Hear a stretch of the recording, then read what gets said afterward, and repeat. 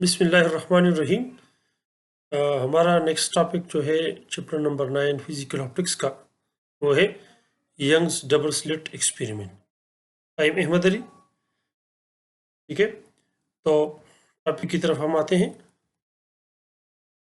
Young's double slit experiment was given. Thomas Young was the first person who obtained the interference of the light by passing the monochromatic light through double slit setup.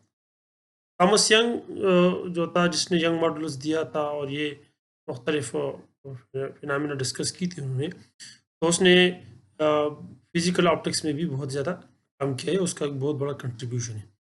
ठीक है, Thomas young पहला scientist था जिसने interference of light perform किया था और obtain किया था।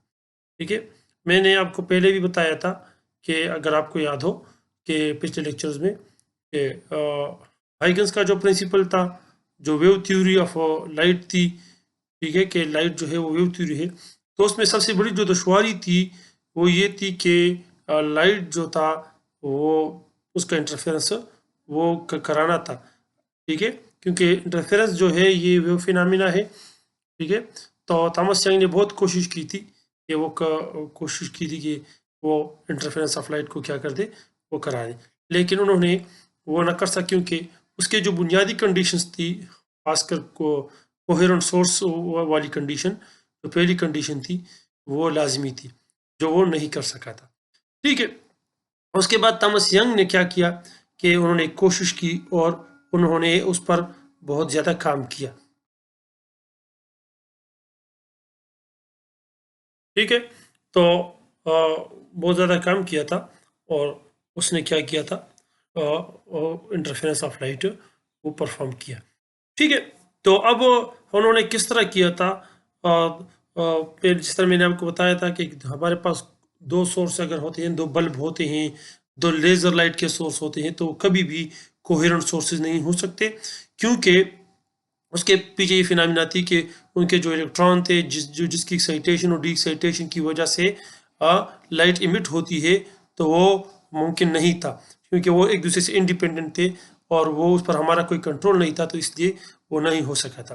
तो थॉमस यंग ने क्या किया कि थॉमस यंग ने एक सोर्स लिया, एक लाइट लिया, एक लेज़र सोर्स लिया और एक मोनोक्रोमेटिक लाइट लिया, और उस लाइट को उन्होंने एक पर्दे पर गिराया जिसमें दो सुराख थे, छोटे छोटे होल्स थे, जिसको हम क्या कहते हैं, स्लिट कहते हैं। एक S1 स्लिट था और दूसरा S2 स्लिट था। उन्होंने उससे पास किया। जब उसने क्या किया कि उसने जब इस लाइट को इस पर्दे पे गिराया, जिसमें स्क्रीन पर गिराया, जिस पर हमारे पास दो स्लिट्स थे, तो लाइट उन स्लिट से क्या हो रही थी, वो गुजर गई। तो जब गुजर गई तो हमारे पास क्या आ गया, हमारे पास ये पिक्चर आ गया। उसने जब इस पिक्चर को देखा तो पता चला कि ये जो पिक्चर है ये हमारे पास क्या है, इंटरफेरेंस पैटर्न है, इंटरफेरेंस फ्रिंजेस है, जो हमने क्या किए, हमने हासिल किए। तो उसने क्या किया कि उसने इंटरफेरेंस फिनोमेना वो ऑब्टेन किया, और उन्होंने क्या किया, उन्होंने क्या कहा कि ये जो पहला स्लिट है और ये जो दूसरा स्लिट है, ये एज ए सोर्स काम करते हैं, सेपरेट सोर्स काम करते हैं। और याद रखिए कि इससे जो लाइट निकलता है और इससे जो लाइट निकलता है, S1 से जो लाइट निकलता है, S2 से जो लाइट निकलता है, वो कोहेरेंट सोर्सेज होंगे। क्यों कोहेरेंट सोर्सेज होंगे? क्योंकि ये एक ही लाइट को हमने दो हिस्सों में क्या कर दिया, हमने तकसीम कर दिया। पहले वाला हमारे पास ये एक लाइट था और फिर हमारे पास क्या था, तो यहाँ से एक लाइट को हमने यहाँ से पास किया, यहाँ से पास किया, तो हमारे पास दो सोर्सेज आ गए। और अब ये S1 भी एक सोर्स के तौर पर काम कर रहा है और S2 भी हमारे पास क्या कर रहा है, एज ए सोर्स काम कर रहा है। तो चूंकि ये एक लाइट हमने क्या किया, दो हिस्सों में डिवाइड किया, तो क्या हुआ कि इससे जो लाइट आ रहा है, इससे जो लाइट आ रहा है, वो दोनों क्या होंगी, वो कोहेरेंट होंगी, और उनके वेव्स, उससे जो वेव्स, लाइट वेव्स निकलते हैं, ठीक है, वो क्या होंगे, वो उसके दरमियान जो फेज रिलेशनशिप होगा वो कांस्टेंट होगा। और इस तरह हमने क्या किया कि हमने दो ऐसे सोर्स हासिल किए जिसको हम S1 S2 इस फिगर में कहते हैं। तो वो क्या है, जिससे जो लाइट इमिट हो रहा है उसके दरमियान जो फेज रिलेशनशिप है वो कांस्टेंट हो गया। और S1 और S2 जो स्लिट्स है जिससे लाइट निकलता है, ये एज ए कोहेरेंट सोर्स क्या कर रहा है, ये काम करता है। ठीक है, तो इससे जो हमारे पास पैटर्न हासिल हुआ वो ये हासिल हुआ।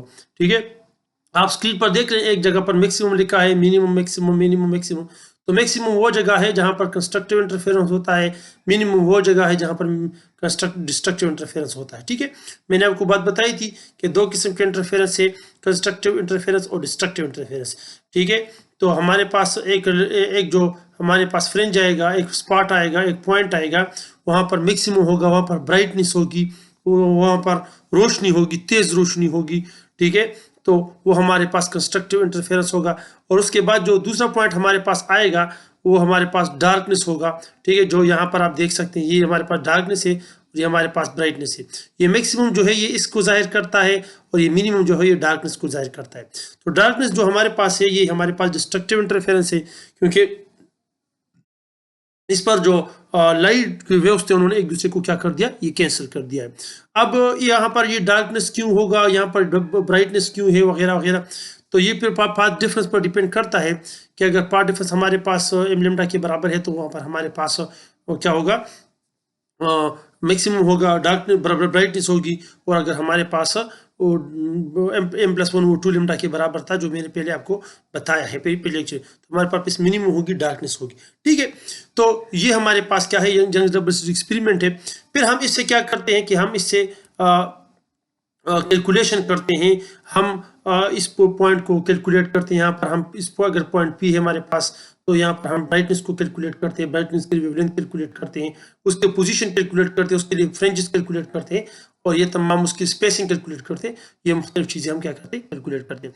तो हम आते हैं अब इसकी एनालिटिकल और मैथमेटिकल डिस्क्रिप्शन की तरफ आते हैं कि इसके लिए कोई रिलेशन अगर हमारे पास हो वो तो हम निकाल सके। ठीक है, तो ये हमारे पास स्लिट है, डबल स्लिट है। यहाँ पर एक स्लिट S1 है और इस तरह S2 है। इसको हमने A नाम दिया है, यहाँ पर हमने B नाम दिया है, और इसके दरमियान जो सेपरेशन है, जो फासला है, वो स्मॉल d है। ठीक है, और यहाँ हमारे पास स्क्रीन है जिस पर ये फ्रिंजेस हमने क्या करने हैं, वो ऑब्जर्व करने हैं, वो देखने हैं। ठीक है, तो ये हमारे पास क्या है, ये स्क्रीन है, और ये एक पॉइंट P है जिस पे हमने क्या करनी है, हमने देखना है कि जहाँ पर इंटरफेरेंस होता है। ठीक है, ये ब्राइट भी हो सकता है और डार्क भी हो सकता है। जिस तरह मैंने आपको बात बताई कि ये डिपेंड करता है, ब्राइटनेस और डार्कनेस डिपेंड करता है किस चीज़ पर, पाथ डिफरेंस पर डिपेंड करता है। ठीक है, और ये हमारे पास स्क्रीन का जो सेंटर पॉइंट है ये हमारे पास O है, और ये इसका जो फासला है यहाँ से P का जो फासला है O से, वो हमारे पास Y है। ठीक है, और इस तरह यहाँ से एक लाइट रे निकलता है, इसको AP रे कहते हैं, और यहाँ से एक दूसरा रे निकलता है, लाइट रे वेव निकलती हैं, इसको हम BP वेव्स कहते हैं, रे कहते हैं। ठीक है, और ये हमारे पास इसका एवरेज लाइन है जो हमने यहाँ पर ड्रा किया, और इसके दरमियान जो दोनों स्क्रीन और स्लिट्स के दरमियान जो फासला है वो हमारे पास वो L है। ठीक है, अब हमने क्या कैलकुलेट करना है, जिस तरह मैंने आपको बात बताई, वो है पाथ डिफरेंस। रे AP और रे BP के दरमियान जो फासला है, जो फर्क है दोनों डिस्टेंस का, वो हम किस तरह मालूम करते हैं। तो हम उसको इस तरह मालूम करते हैं कि यहाँ से हम एक परपेंडिकुलर ड्रा करते हैं, एक उम्मीद ड्रा करते हैं BP लाइन पर। ठीक है, जब हम लाइन पर ड्रा करते हैं तो यहाँ पर हमारे पास ये पॉइंट D पर इसको क्या करता है, वो टच करता है, वो इसको वो कैंसिल करता है। ठीक है, तो हमारे पास अब यहाँ पर जो पार्ट डिफरेंस है वो क्या आ गया, BD आ गया। यहाँ AP और DP ये फासला सेम है, इक्वल है, जो फर्क था वो हमारे पास ये आ गया। इसको हम कहते हैं पाथ डिफरेंस। ये हमने कैलकुलेट करना है, हमारा टारगेट है। ठीक है, कि हम इस पाथ डिफरेंस को क्या करें, ये कैलकुलेट करें। ठीक है, फिर इस फिगर को मैं दोबारा भी डिस्कस करूंगा वक्तन फवक्तन, मैं इसको आपको फिर शो करता जाऊंगा। ठीक है, तो ये तमाम कहानी मैंने इधर लिखी है। Consider the figure, monochromatic light, two rays AP and BP are living both the slit separated by distance D. We have to calculate the interference fringe at point P on the screen separated by distance L from the slits.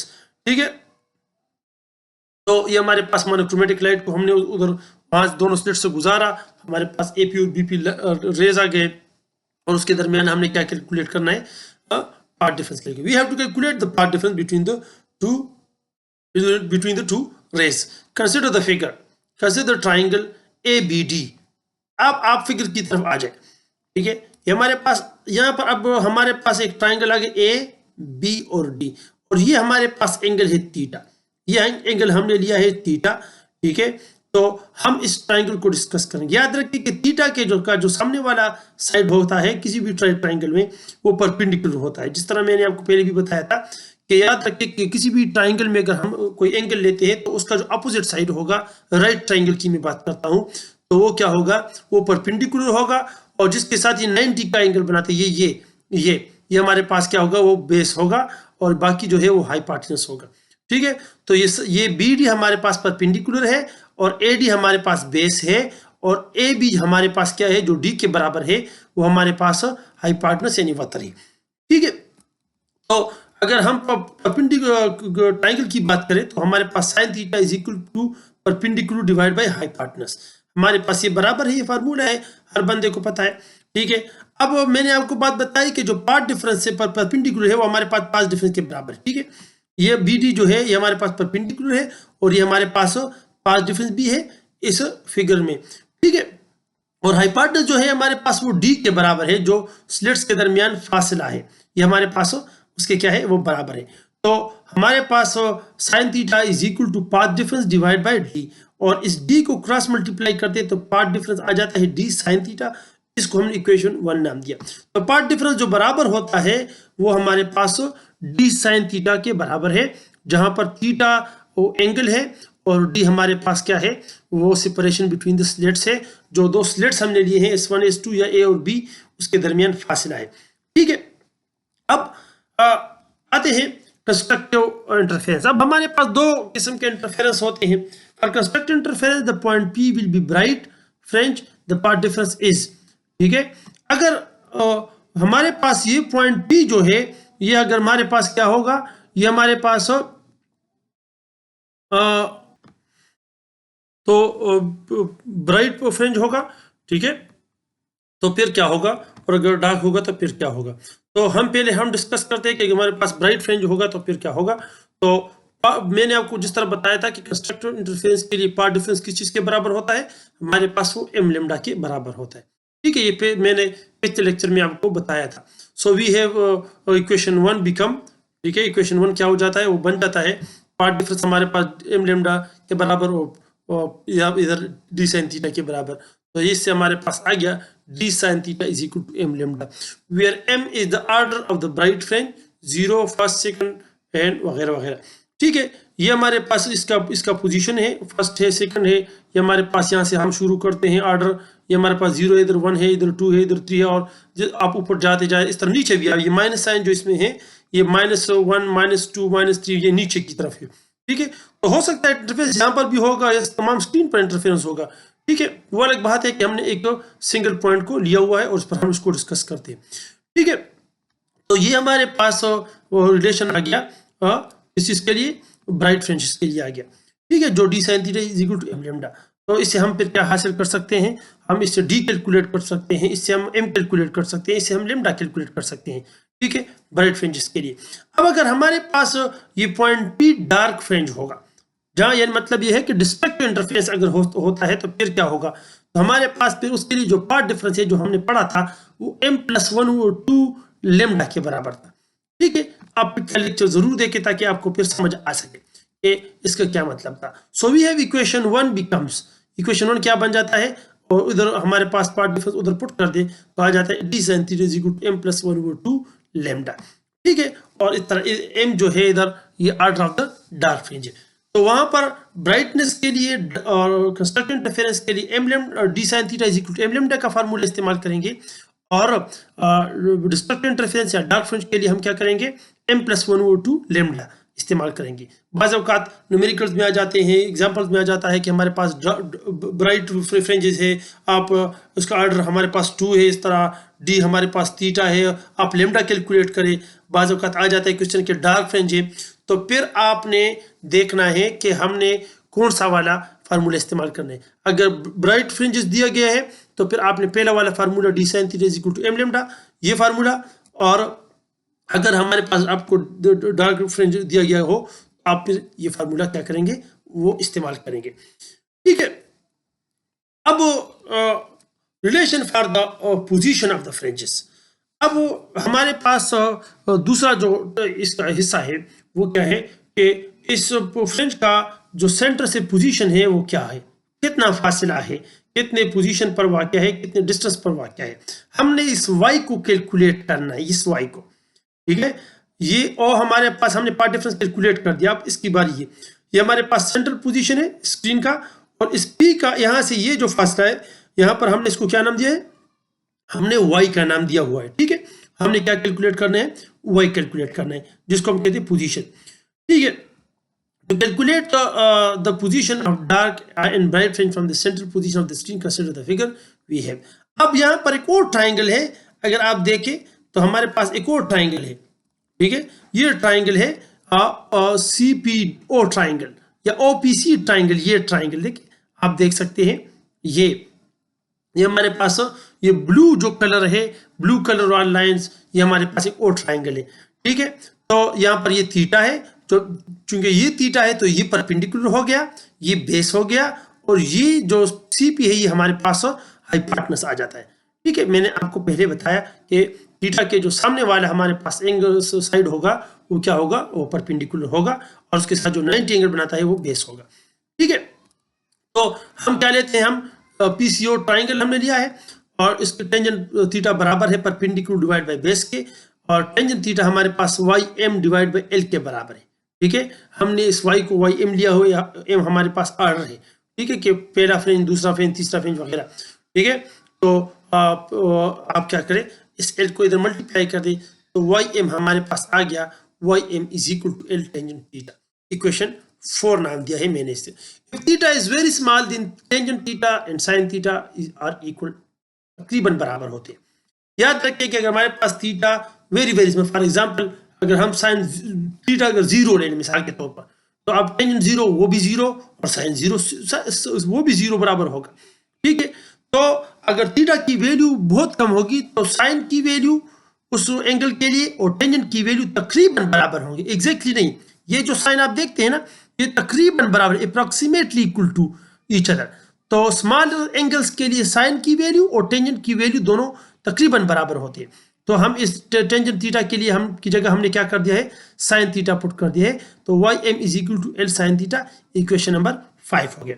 अब आते हैं position of the bright fringe, ठीक है। अगर हमारे पास bright fringes हो, तो bright fringes के लिए हमारे पास पता है हमें D sine theta is equal to M lambda, ये इसके बराबर है, जो मैंने आपको इक्वेशन नंबर सेकंड है या थर्ड है, जो भी है आप मैंने आपको बताया, वो इधर मैंने प्रूफ कर दिया है, ठीक है। तो साइन थीटा अपनी जगह पर और D अपनी जगह पर आ गया। अब इसकी वैल्यू उठा ली, ये वैल्यू, और इधर इक्वेशन नंबर 5 में डाल दे, तो हमारे पास आ जाएगा YM is equal to L, YM is equal to L, और M लैम्डा और D अपनी जगह पर आ गया, ठीक है। तो हमने साइन थीटा की जो वैल्यू है वो इक्वेशन 5 में पुट कर दी है, तो हमारे पास इक्वेशन क्या आ गया, 6 आ गया, ठीक है। तो ये हमारे पास इक्वेशन 6 आ गया। अब ये हमारे पास था ब्राइट फ्रिंजेस के लिए था। अब भी जो हमारे पास है वो पोजीशन ऑफ डार्क फ्रिंजेस है, ठीक है। तो डार्क फ्रिंजेस हमारे पास क्या है, उसके लिए क्या है, डार्क फ्रिंजेस के लिए हमें पता है कि D sine theta is equal to M plus 1/2 lambda, ये हमारे पास हमने कैलकुलेट कर दिया पहले। इससे साइन थीटा आ जाएगा, साइन थीटा D नीचे आएगा, तो हमारे पास ये इक्वेशन आ जाएगा। अब आप इसको साइन थीटा को उधर पुट कर दी इक्वेशन नंबर 5 में, तो हमारे पास ये इक्वेशन आ जाएगा। तो ये हमारे पास पोजीशन है डार्क फ्रिंजेस की, और वो जो था इक्वेशन नंबर 6 जो था, हमारे पास किस चीज का पोजीशन था, वो ब्राइट के लिए था, ठीक है। तो इक्वेशन 6 और इक्वेशन 7 हमारे पास position of dark and position of bright fringes वो क्या होगी, यहाँ से ये इक्वेशन था, ठीक है, और ये इक्वेशन, ठीक है, ये इक्वेशन, ये आपने इसको नोट करना है। तो ये हमारे पास पोजीशन आ गया, ठीक है। अब हम इससे मुख्तलिफ पोजीशन कैलकुलेट कर सकते हैं। हमें दिया गया होगा कि ब्राइट के पोजीशन कैलकुलेट करें, सेकंड ऑर्डर का, थर्ड ऑर्डर का, तो आपने बस जस्ट आपको ये लैम्डा, L और D और ये तमाम चीज़ें दी गई होंगी, ठीक है। और आपको दिया गया फॉर एग्जांपल थर्ड का, फिर सेकंड ब्राइट का, थर्ड डार्क का वगैरह आपको दिया गया होगा, तो आपने फिर कैलकुलेट करना है। और आप उससे मुख्तलिफ चीज़ें कैलकुलेट कर सकते हैं। आप इससे लैम्डा भी कैलकुलेट कर सकते हैं, कैपिटल L भी कैलकुलेट कर सकते हैं, फ्रिंज स्पेसिंग कैलकुलेट कर सकते हैं, इस हर चीज़ आप क्या कर सकते हैं, इसे कैलकुलेट वो कर सकते हैं। ठीक है, आप एक्सरसाइज देखेंगे तो फिर आपको पता चलेगा कि किस तरह आपने कैलकुलेट वो करनी है। अब हमारा जो लास्ट सेक्शन है इस लेक्चर का वो है fringe spacing. Fringe spacing, the separation between two consecutive bright or dark fringes is known as a fringe spacing. दो ब्राइट और दो डार्क, ये हमारे पास अगर ये है तो ये हमारे पास दूसरा है, तो इन दोनों के दरमियान ये जो फासला है ये फासला, ठीक है, ये फासला हमारे पास ये या इसके दरमियान ये फासला इस तरह हमारे पास जो फासला होता है दो कंसेक्यूटिव डार्क या ब्राइट के दरमियान, तो हम उसको कहते हैं फ्रिंज स्पेसिंग। स्पेस कहते हैं डिस्टेंस को। ठीक है, हमारे पास तो consider the figure, fringe spacing हमारे पास किस चीज के बराबर है, ym माइनस ym माइनस 1। ठीक है, देखिए इधर इसको हमने y2 नाम दिया हुआ है और इसको हमने y1 नाम दिया। अगर मैं इसको ym नाम दूं तो ये हो जाएगा ym माइनस 1, ये इससे एक दर्जा कम है। y1 जो है वो y2 से एक दर्जा कम है, ये 2 है और ये 1 है, तो इधर अगर हमारे पास m है तो इधर m माइनस 1 होगा। ठीक है, m माइनस 1 जो है वो m से एक दर्जा कम होता है। ठीक है, तो ये हमारे पास क्या है, अगर ये 2 है तो ये y2 माइनस 1 हो जाता है। ठीक है, तो अब अगर हमने इन दोनों के दरमियान फासला मालूम करना है तो हमारे पास ये टोटल फासला यहाँ से यहाँ तक की हमारे पास है ym और यहाँ से यहाँ हमारे पास ym माइनस 1 होगा। तो आप इससे इसको माइनस करेंगे तो आपके पास क्या आ जाएगा, ये फासला आ जाएगा।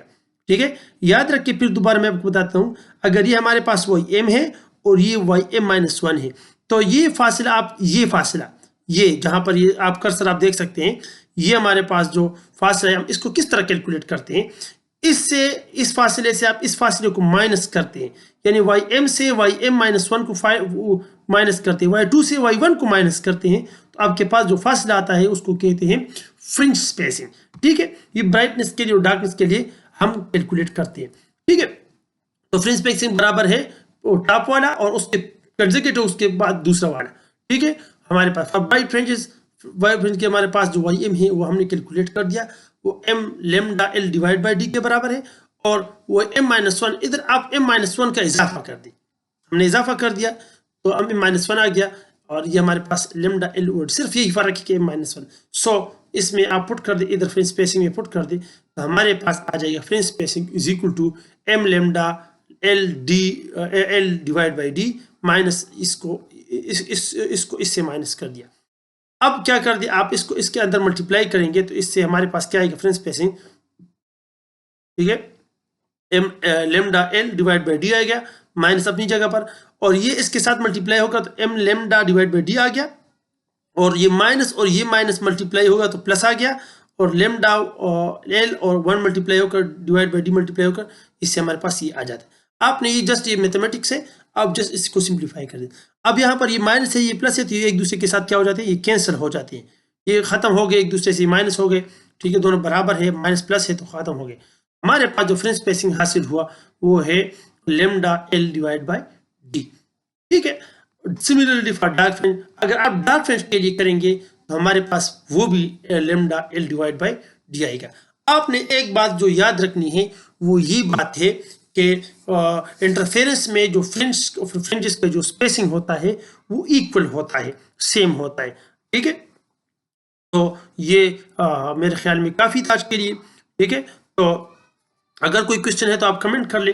ठीक है, और ये फिर इस पर डिपेंड करता है लेमडा पर, अगर लेमडा ज़्यादा होगा तो फ्रिंज स्पेसिंग भी ज़्यादा होगी, एल ज़्यादा होगा तो ये भी ज़्यादा होगी, ये कम होगा तो ये भी कम होगी, वगैरह वगैरह। ठीक है, आप कोशिश करें कि डार्क के लिए भी आप निकाल दें, सिंपल मैथमेटिक्स से आप निकाल सकते हैं, ट्राई कर सकते हैं।